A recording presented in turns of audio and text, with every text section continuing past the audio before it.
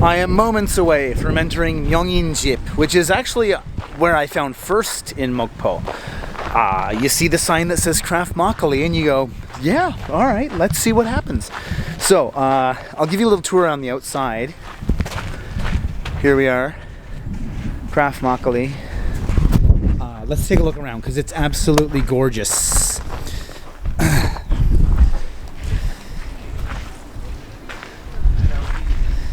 I imagine when the weather's nicer.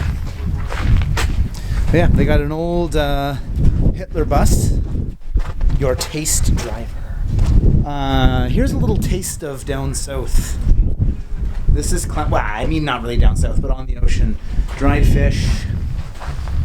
We got the hangaris.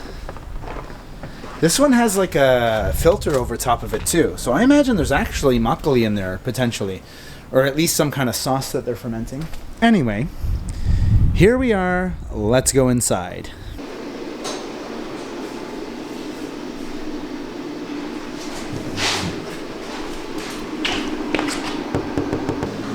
It's jeolado, so you know you're gonna get a dozen different friggin' side dishes.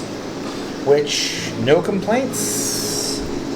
Mesengi, furry seaweed.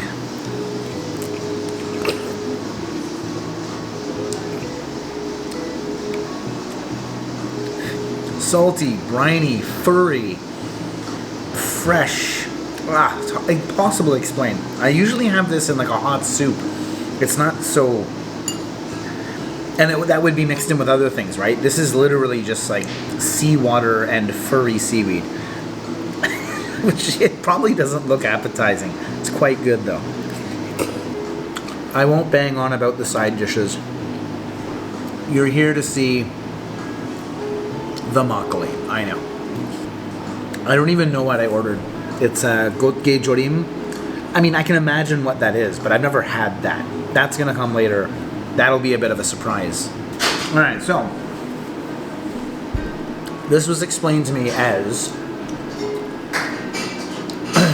Yuja makgeolli. Mepsal, primarily. It honestly looks like honey mustard. Like, look at that.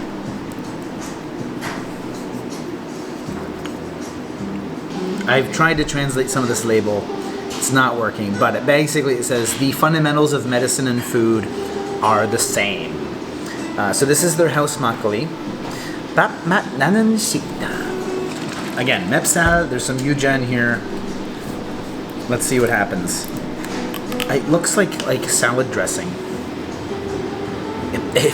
That's yuja.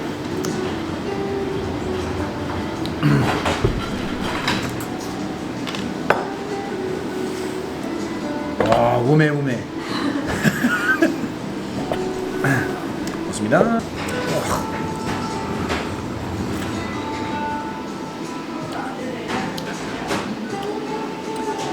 Chalky, not thick yuja, obviously. Bit of metallic on the end.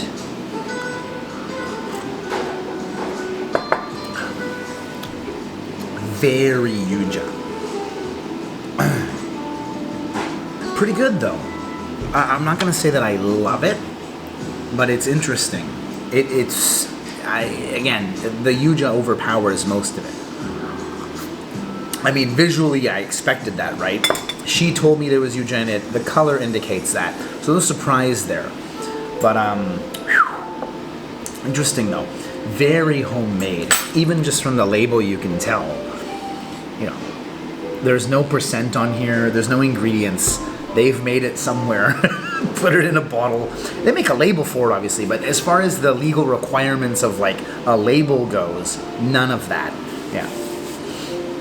All right, let's eat.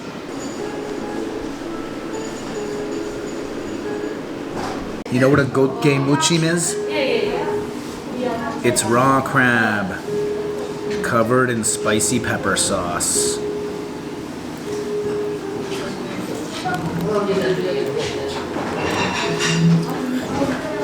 And you basically suck on the shell and get all that raw meat out.